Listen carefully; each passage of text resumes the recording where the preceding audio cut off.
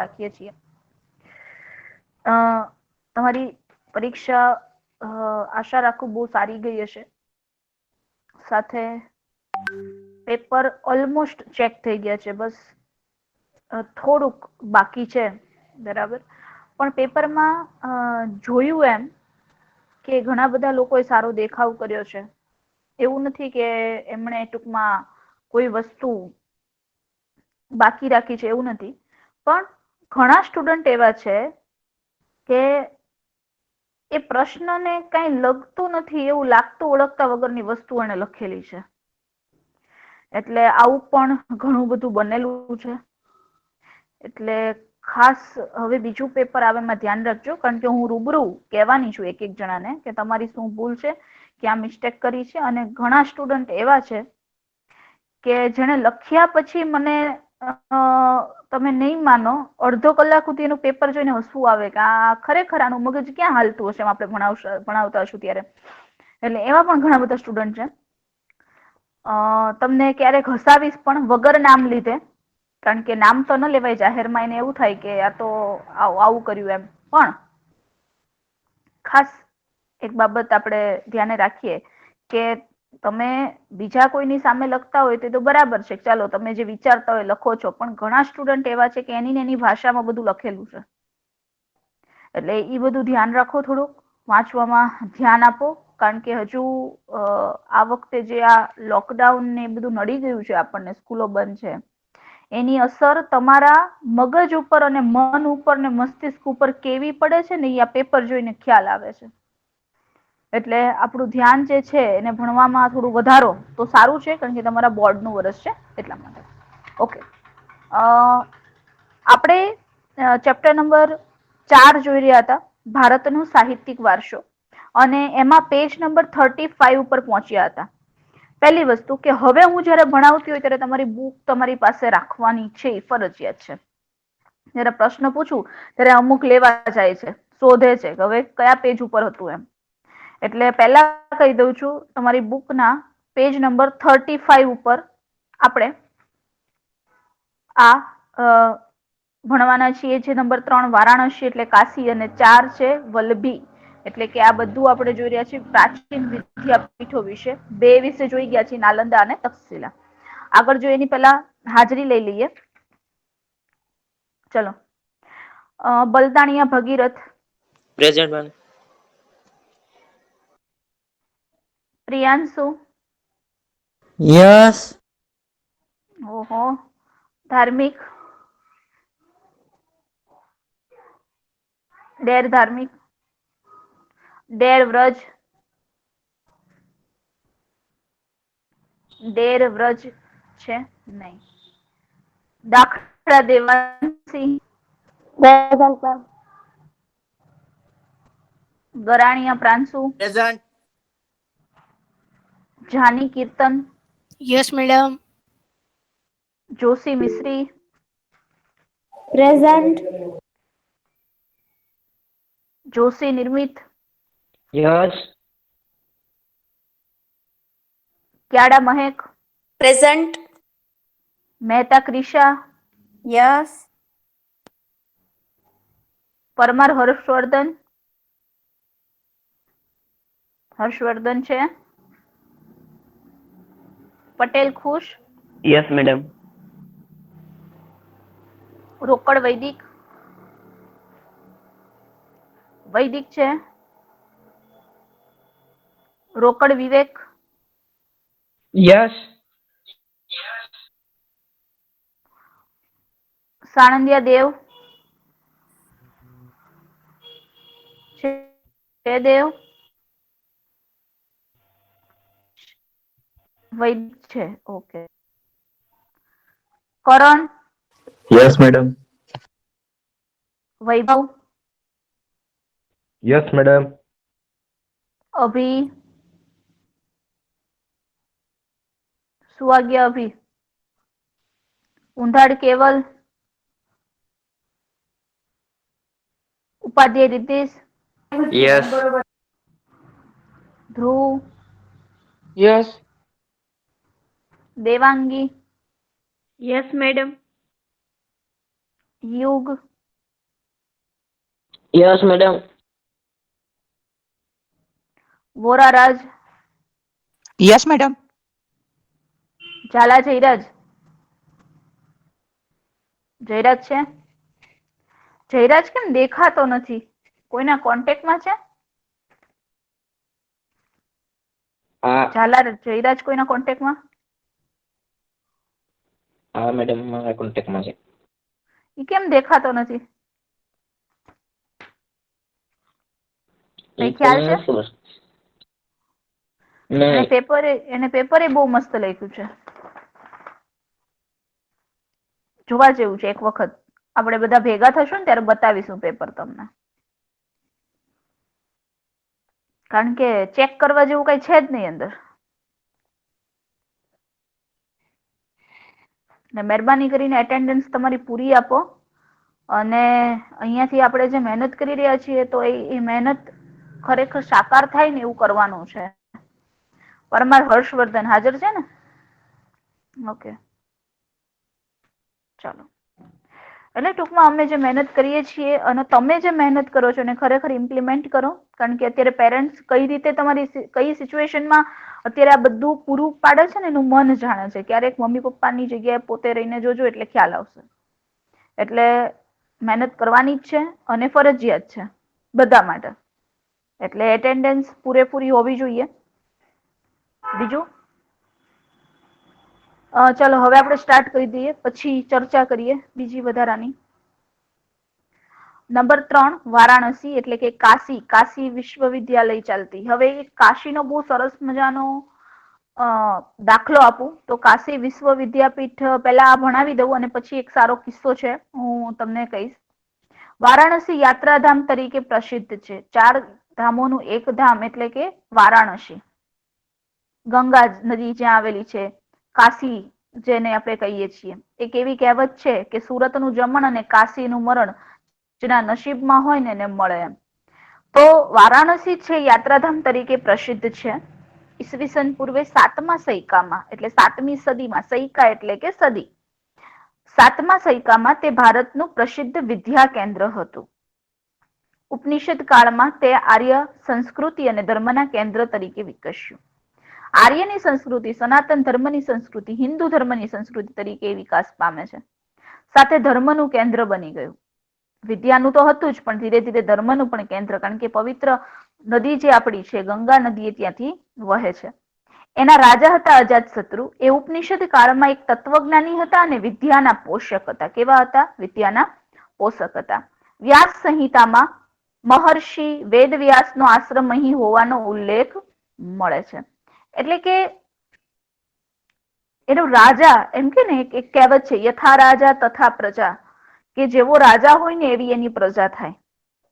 તો કે રાજા અજાતશત્રુ એનો હતો. એ અજાતશત્રુ ઉપનિષદ કાળની અંદર એક મોટો તત્વજ્ઞાની હતો. સાથે વિદ્યાનો પોષક હતો. એને વિદ્યાનો જ્ઞાની તો હતો પરંતુ વિદ્યાને પોષતો એટલે કે વિદ્યાનો ફેલાવો કરતો, વિદ્યા માટે દાન આપતો, વિદ્યા માટે જેને કરવું પડે એ કરી છૂટવા તૈયાર થતો. એટલે વિદ્યાનો પોષક હતો. વ્યાસ સંહિતામાં મહર્ષિ વેદવ્યાસનો આશ્રમ અહીં હોવાનો ઉલ્લેખ મળે છે.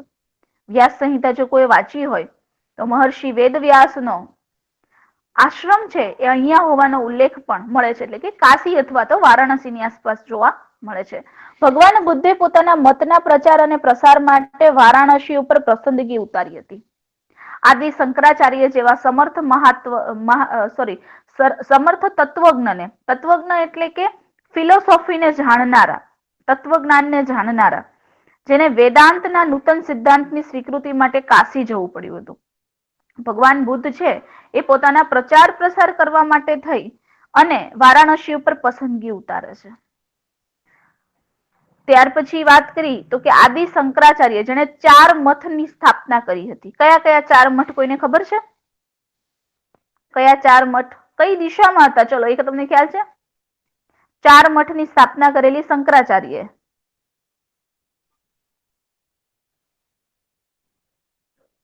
ઓકે, દ્વારકા પાસે આવેલો એ મઠ.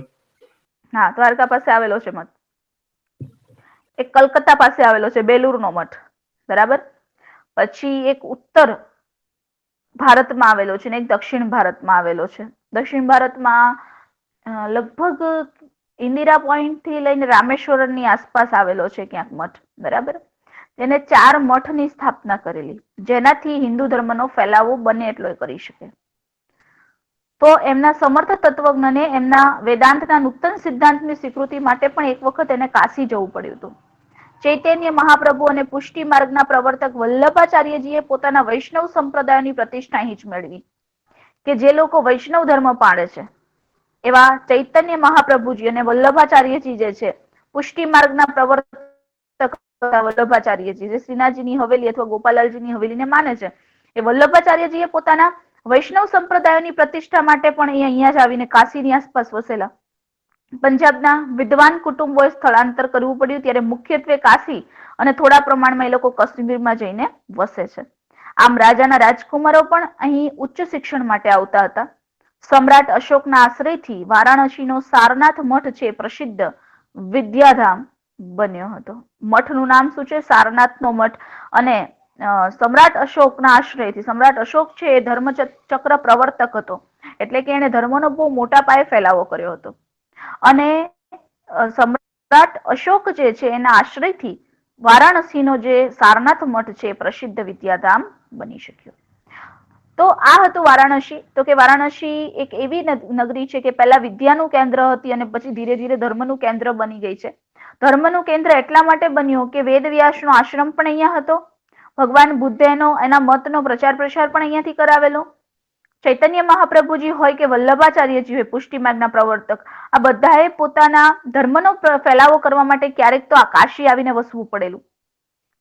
આદિ શંકરાચાર્ય જેવા જેને 4 મઠની સ્થાપના કરી, એને પણ એક વખત તત્વજ્ઞાન જાણવા માટે અહીંયા આવવું પડેલું.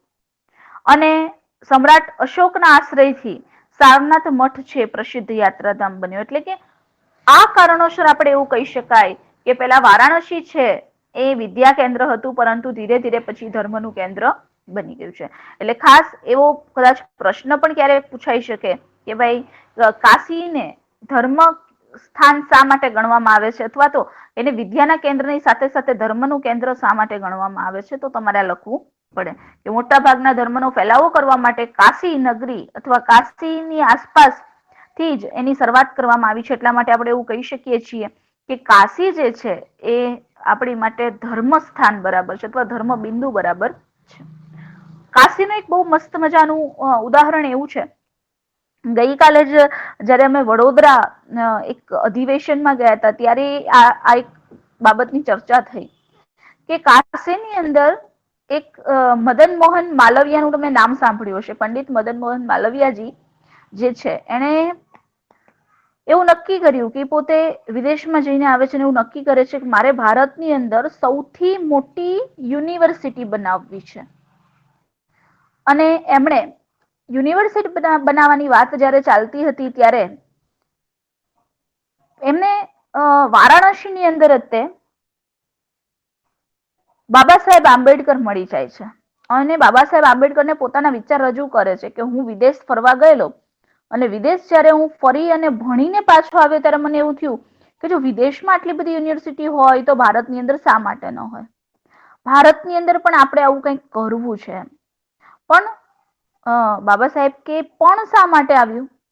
તો કે પણ એટલા માટે આવ્યું કે આપણી પાસે નથી જમીન કે નથી એટલા રૂપિયા કે આપણે એવું બનાવી શકીએ. એટલે બાબા સાહેબ આંબેડકરે એમ કીધું કે તું તો માત્ર ને માત્ર એવું ઈચ્છે છે કે યુનિવર્સિટી બને, પણ હું તો એવું ઈચ્છું છું કે વિશ્વનું સૌથી મોટું પુસ્તકાલય બને.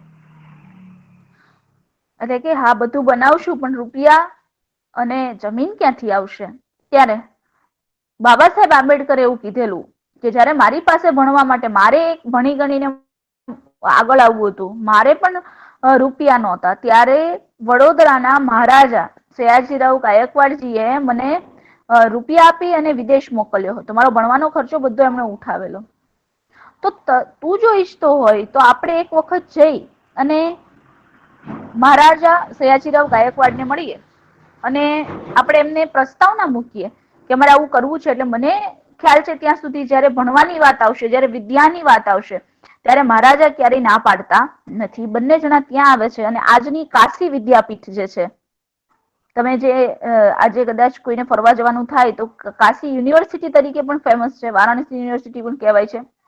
કાશી જે છે યુનિવર્સિટી એક વખત જોવા જેવી છે. કાલે જ એના જે ચાન્સેલર છે એટલે કે કુલપતિ છે રામપ્રકાશ દુબેજી, એની સાથે મારે રૂબરૂ ચર્ચા થઈ અને કાશી વિશેની આવી વાતો એટલે કે ગુજરાત અને કાશી એ ક્યાંક ને ક્યાંક જોડાયેલા છે. એટલે કે પહેલા વિદ્યાપીઠ તો બની અને વિદ્યાપીઠ નષ્ટ થઈ અને પછી પંડિત મદન મોહન માલવીયાજી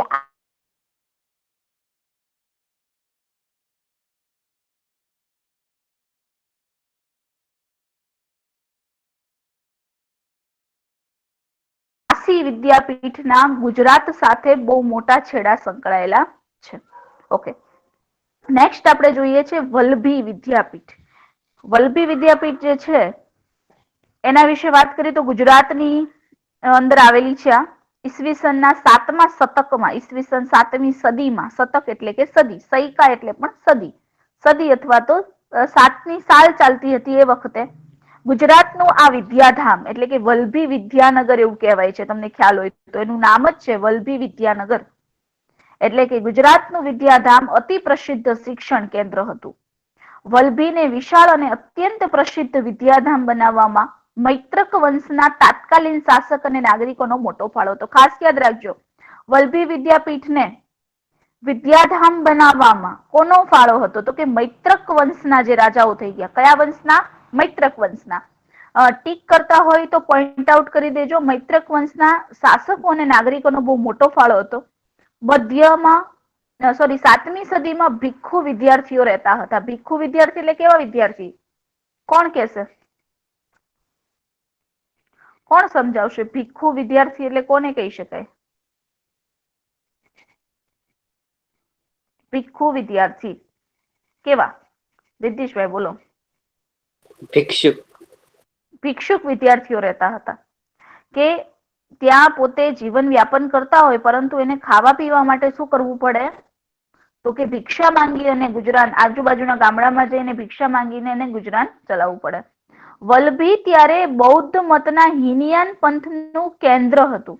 બૌદ્ધમાં પાછા 2 પંથ પડી ગયેલા, એમાંનો એક પંથ એટલે હીનયાન પંથ એ વલ્લભી ત્યારે એનું કેન્દ્ર ગણાતું.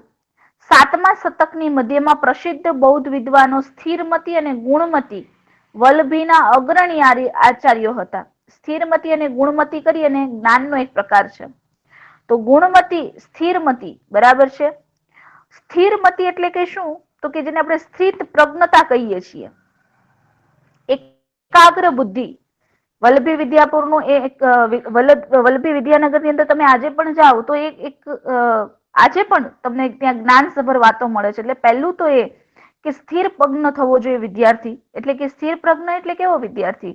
તો કે એની બુદ્ધિ જે છે એ ખૂબ જ શાર્પ હોવી જોઈએ અને સાથે ગુણમતી વલ્લભી. ગુણમતી વલ્લભી એટલે કેવી? તો કે માત્ર ને માત્ર ભણવું નહીં, ખાલી ખોપડીનું જ્ઞાન નહીં, પરંતુ ચોપડીનું જ્ઞાન નહીં, પરંતુ ખોપડીનું જ્ઞાન. બરાબર? આપણે એમ કે ને કે ઘણા બધા વિદ્યાર્થીઓ ભણ્યા હોય પણ ગણ્યા ન હોય. તો કે ભણતરની સાથે ગણતર પણ એટલું જરૂરી છે, એનું ઘડતર પણ એટલું જરૂરી છે. એના માટે સ્થિરમતી અને ગુણમતી વલ્લભી જે છે એના અગ્રણી આચાર્યો હતા. દૂર દૂરના ગંગા યમુનાના મેદાન વિસ્તારમાંથી વિદ્યાર્થી ઉચ્ચ અભ્યાસ માટે આવતા હતા.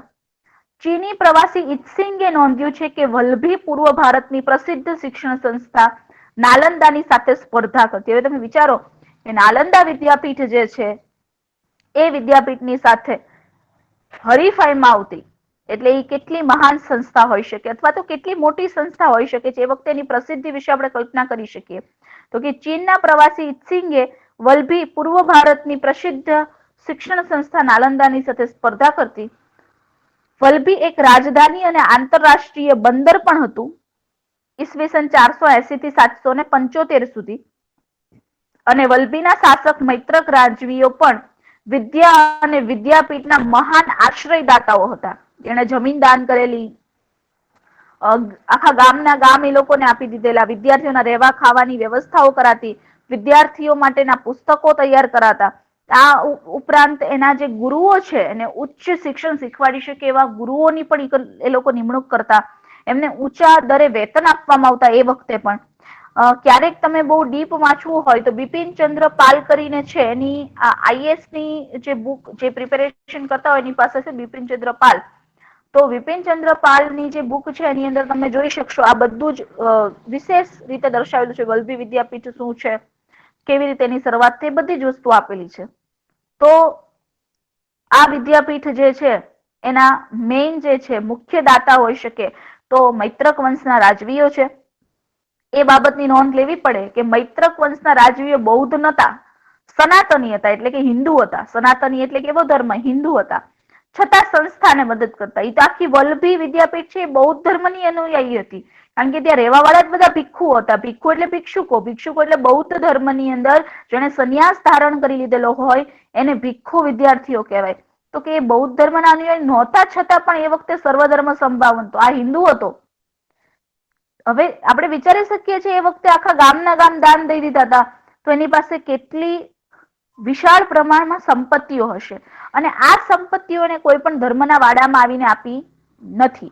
એને શું કર્યું હતું? તો કે બૌદ્ધ હતા છતાં પણ એને રાજા તરીકે મદદ કરી હતી. ઈસવીસન 775 આરબોએ આક્રમણ કર્યું અને મૈત્રકો પરાજિત થયા. વિદ્યાપીઠને બંધ કરવી પડી. અહીંયા પ્રસિદ્ધ વિદ્વાનોના નામ દરવાજા પર લખવામાં આવતા અને વિદ્વાનો રાજસભામાં પોતાનું પાંડિત્ય દાખવી અને રાજતંત્રમાં ઉચ્ચ અધિકારો પ્રાપ્ત કરતા. 775 આરબથી જે લોકો આવ્યા એને આક્રમણ કર્યું અને મૈત્રકો છે પરાજિત થયા અને પછી વિદ્યાપીઠની હાલત ભૂંડી થઈ એવું કહી શકાય. બહુ ખરાબ હાલતમાં આવી ગઈ. પ્રસિદ્ધ વિદ્વાનોના નામ પહેલા દરવાજા ઉપર લખવામાં આવતા, પણ સાથે સાથે રાજસભાની અંદર ઊંચું આસન મેળવવું હોય તો પોતાની વિદ્વતાનું એને આખું પાંડિત્ય દર્શાવવું પડે કે ભાઈ હું પંડિત છું. તો એનું પાંડિત્ય શું છે, એની સ્પેશિયાલિટી શું છે, એના લક્ષણો શું છે, અને પછી એ ઊંચું આસન ગ્રહણ કરી શકતા. આ જાણીતી વિદ્યાપીઠ હતી અને જ્ઞાનની આરાધના તેમની વિશિષ્ટ પ્રકારની શિક્ષણ પ્રણાલીને કારણે ભારતમાં જ નહીં પણ તે સમયના વિશ્વમાં તે પ્રસિદ્ધ થઈ હતી. આ વિદ્યાપીઠમાં દેશ પરદેશથી અભ્યાસ કરવા માટે વિદ્યાર્થીઓ આવતા. સાચા અર્થમાં આંતરરાષ્ટ્રીય વિદ્યાપીઠ હતી. લગભગ પ્રત્યેક વિદ્યા શાખાઓનું શિક્ષણ અહીંયા આપવામાં આવતું. આ બધી વિદ્યાપીઠમાં નિભાવ રાજા અને શ્રેષ્ઠીઓએ આપેલા દાનમાંથી, શ્રેષ્ઠી એટલે કોને કહેવાય? જેને દાન આપેલું હોય એને શ્રેષ્ઠી કહી શકાતા. એટલે કે શ્રેષ્ઠીઓએ આપેલા દાનમાંથી થતો.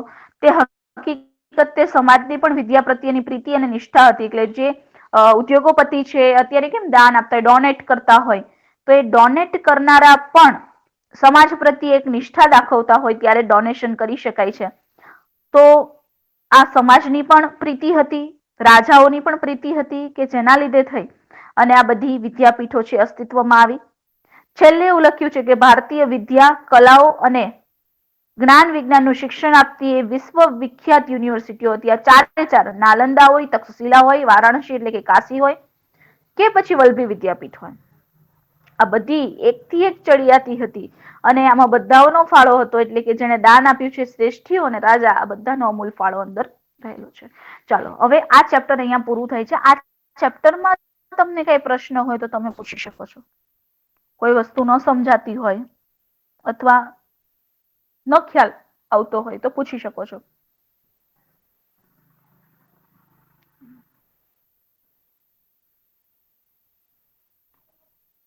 રીતિશભાઈ ને કઈ પ્રશ્ન છે ભાઈ? ના. ત્રિષા, મિશ્રી? ના madam. Okay okay okay okay okay બરાબર. તો આપણે આના પછી જ્યારે મળશું ને ત્યારે આપણે ચાલુ કરવાના છીએ જળ સંસાધન. તો ચાલો આપણે પહેલેથી પ્રશ્નોત્તરી જોઈ લઈએ અહીંયા. ચાલો, ગમે ત્યાંથી પ્રશ્ન આવશે. હવે જોઈએ છે કોણ પહેલા જવાબ આપે. વેદનો અર્થ શું થાય? વેદનો અર્થ શું થાય?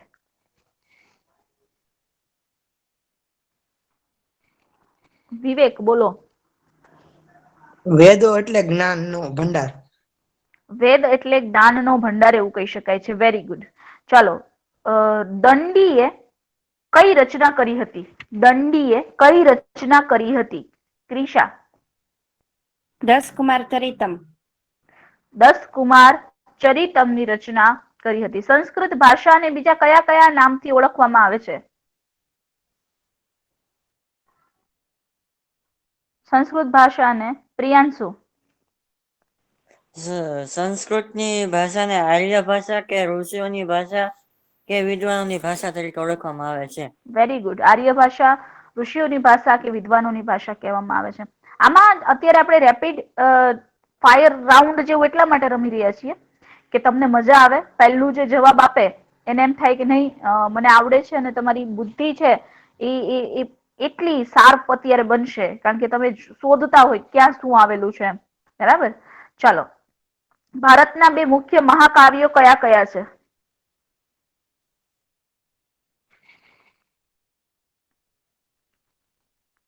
ક્રિશા. રામાયણ અને મહાભારત. રામાયણ અને મહાભારત. મહાભારતનો કયો એવો ગ્રંથ છે કે જેની અંદર દાર્શનિક સિદ્ધાંતનું વિવેચન કરવામાં આવ્યું છે? વૈદિક.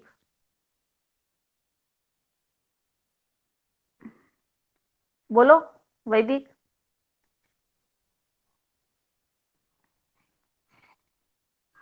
શું થયું વૈદિક ભાઈને? પ્રાંશુ બોલો. ઓકે, વૈદિક. મહાભારતનો શ્રીમદ ભગવદ ગીતા ગ્રંથમાં વેરી ગુડ. જે દાર્શનિક સિદ્ધાંતોનું વિવેચન થયું છે. Very good. ત્યાર પછી વાત કરવામાં આવે તો કવિ ચંડીદાસે કયા ગીતોની રચના કરી છે? કવિ ચંડીદાસે કયા ગીતોની રચના કરી છે, એટલે કઈ ભાષામાં રચના કરી છે?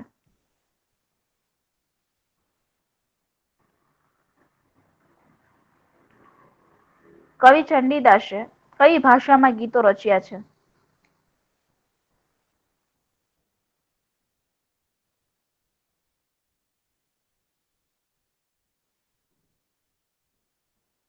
ઓકે, બંગાળી ભાષામાં. બરાબર, યાદ રાખજો, બંગાળી ભાષાની અંદર કવિ ચંડીદાસે ગીતો રચ્યા છે. મલિક મોહમ્મદ જાયશીએ કયું મહાકાવ્ય લખેલું હતું? મલિક મોહમ્મદ જાયશીએ કયું મહાકાવ્ય રચ્યું હતું? રિદ્ધિશ. પદ્માવત. પદ્માવત. Very good. એના પછી વાત કરીએ તો અબુલ ફઝલે કઈ રચના કરી હતી? અબુલ ફઝલે કઈ રચના કરી? પ્રાંશુ. અબુલ ફઝલે અકબરનામા અને આઈ અને અકબરી ની રચના કરી, આ બે પુસ્તકોની. Very good. ત્યાર પછી આપણે વાત કરીએ તો ઝિયાઉદ્દીન બર્નીએ કયા ગ્રંથની રચના કરી? ઝિયાઉદ્દીન બર્નીએ કયા ગ્રંથની રચના કરી? ઝિયાઉદ્દીન બર્ની. પ્રિયાંશુ બોલો. તારીખે ફિરોઝ શાહી. તારીખે ફિરોઝ શાહીની રચના કરી. ભાષ્યની રચના કરનાર કોણ હતા? ભાષ્યની રચના કરનાર કોણ હતા? વિવેક. શંકરાચાર્ય. શંકરાચાર્ય. ત્યાર પછી કન્નડ સાહિત્યની ત્રિપુટીના નામ આપો. કન્નડ સાહિત્યની ત્રિપુટી. ખુશ. પંપા, પોન્ના અને રન્ના. કવિ પંપા, કવિ પોન્ના, કવિ રન્ના એ કન્નડ સાહિત્યની ત્રિપુટી હતી. ત્યાર પછી વાત કરીએ તો તુલસીદાસે કયા પ્રસિદ્ધ ગ્રંથની રચના કરી હતી? તુલસીદાસે કયા પ્રસિદ્ધ ગ્રંથની રચના કરી હતી જેની ઉપર મોરારી બાપુ કથા કરે છે? રિદ્ધિશ. રામચરિત માનસ. Very good. રામચરિત માનસ. ઓકે. ત્યાર પછી આપણે વાત કરીએ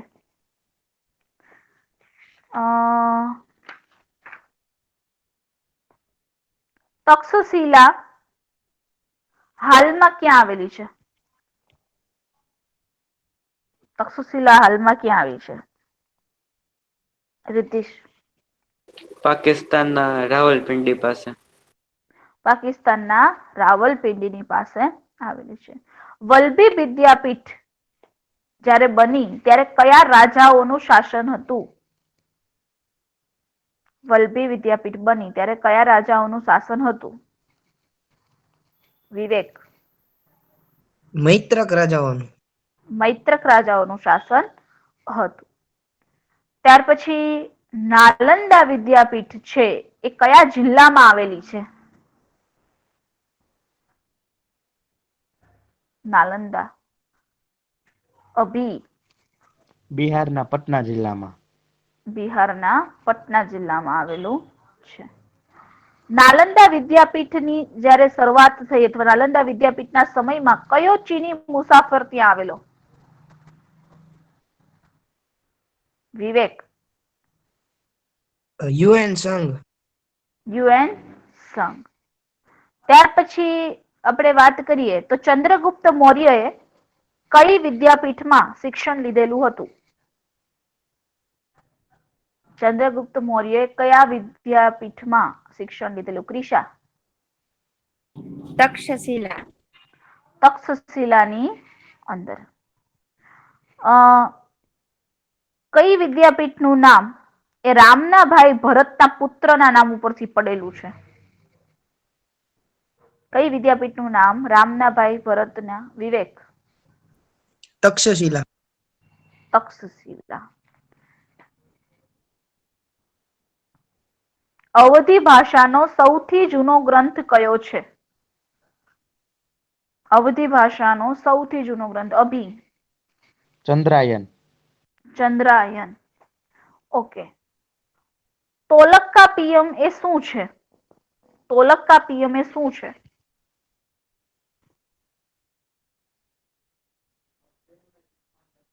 તોલકાપ્પિયમ એ શું છે?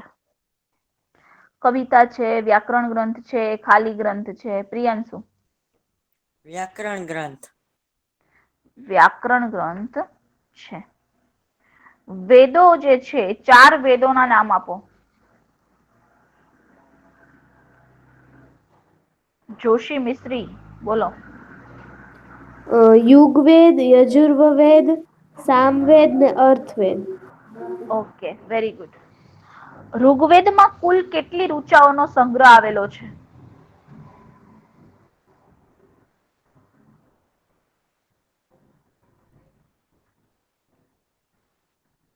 વાળા દેવાંગી બોલો. 1028. 1028 ઋચાઓનો સંગ્રહ આવેલો છે. આરણ્યક કોને કહેવાય? આરણ્યક કોને કહેવાય? આરણ્યક કોને કહેવાય?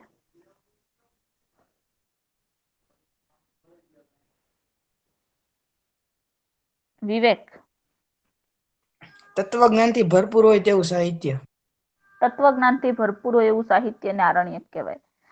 ચાલો બીજું કોણ કહેશે મને? જવાબ અધૂરો છે. ખુશ.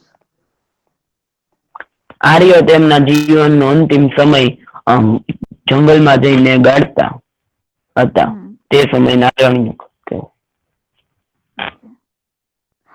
ચાલો ત્યાર પછીની આપણે વાત કરીએ તો કવિ કાલિદાસે કયા કયા ગ્રંથોની રચના કરી? કવિ કાલિદાસે. અભી. કવિ કાલિદાસે કુમાર સંભવ, મેઘદૂત, ઋતુસાર, અભિજ્ઞાન શાકુંતલમ અને રઘુવંશ જેવા સાહિત્યની રચના કરી.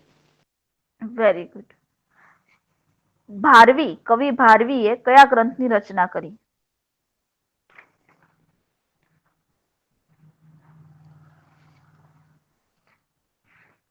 કવિ ભારવીએ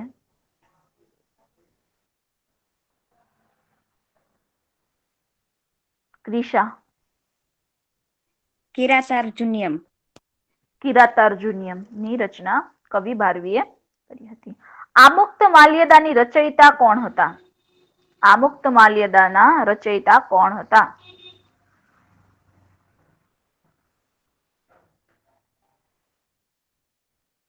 રિદ્ધિશ. રાજા કૃષ્ણદેવરાય. હા, વિજયનગરના રાજા એવા કૃષ્ણદેવરાય જે છે એને આમુક્તમાલ્યદાની રચના કરી હતી. આદિ પુરાણના રચયિતા કોણ? આદિ પુરાણના રચયિતા કોણ?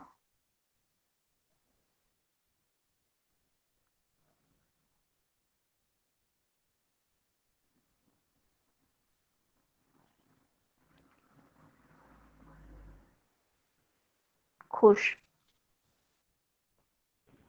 કવિ પંપા.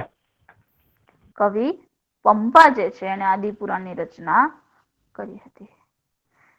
ચાલો, કથા સરિત સાગરની રચના કોણે કરી?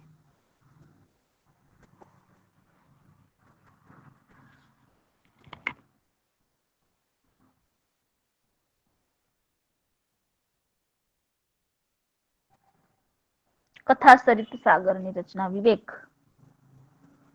સોમદેવ. સોમદેવે કરી હતી. નેક્સ્ટ આપણે જોઈએ તો કઈ વિદ્યાપીઠ એવી છે કે જે એક સમયની આંતરરાષ્ટ્રીય બંદર અને રાજધાની બંને હતું? કઈ એવી વિદ્યાપીઠ છે કે જે આંતરરાષ્ટ્રીય બંદરે હતું?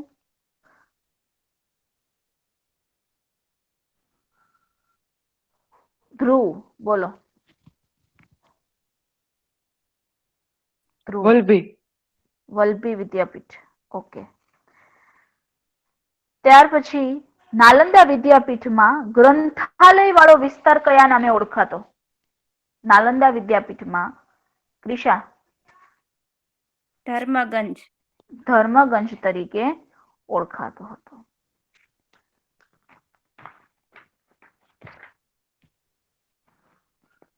પૃથ્વીરાજ રાસો એ કોની રચના છે? પૃથ્વીરાજ રાસો એ કોની રચના છે? રિદ્ધિશ. કવિ ચંદ બરદાઈ. કવિ ચંદ બરદાઈની રચના છે. પથ્થુ પાતો એટલે શું કહી શકાય? પથ્થુ પાતું એટલે કે કેટલા કાવ્ય સંગ્રહ એટલે કે કેટલા કાવ્યોનો સંગ્રહ અથવા કેટલા ગીતોનો સંગ્રહ? દેવાંશી. 10 ગીતોનો સંગ્રહ.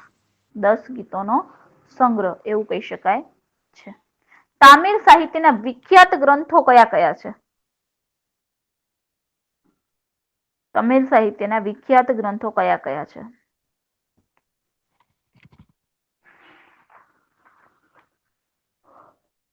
કોણ કહેશે? તમિલ સાહિત્યના વિખ્યાત ગ્રંથો કયા કયા છે?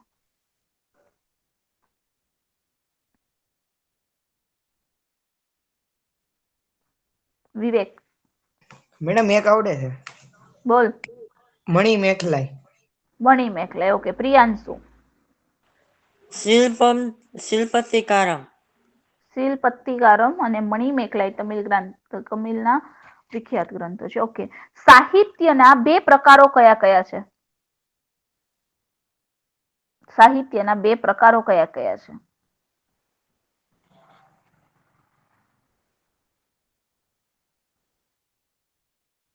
અભી.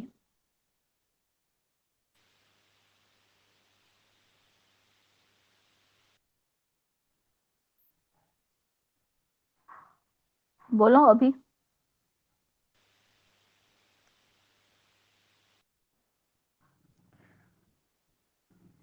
શું વાગ્યા અભી? અવાજ નથી આવતો બેટા તારો.